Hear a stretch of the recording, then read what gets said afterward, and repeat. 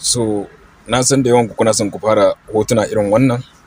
So abu ne mai sauƙi. Yau din nan Allah da yanzun nan zan koya muku shi. Na farko kuna buƙatan abu kuma Gemini. So in baka da so direct kawai mu tafi kan aikin.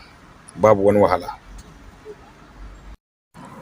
So akwai front a comment section. Direct zaka tafi Gemini ɗinka ka je ka buɗe ta. So kana buɗewa nan inda nuna ma ka sa no thanks kawai.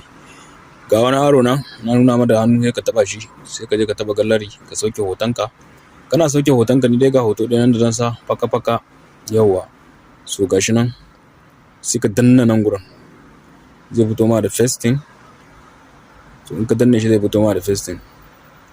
Sai ka danne shi in ka danne shi zai fito ma da first thing. Sai ka zo sai ka first thing din front din nan da kayo. Wannan akwai front a comment section sai ka dauka. So direct kawai shikenan sai ka halaba mashi. Kana halawa mai shikenan ka jira shi.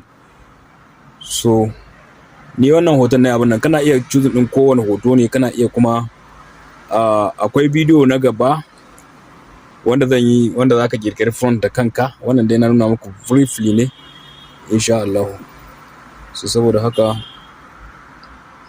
kada ɓata lokaci.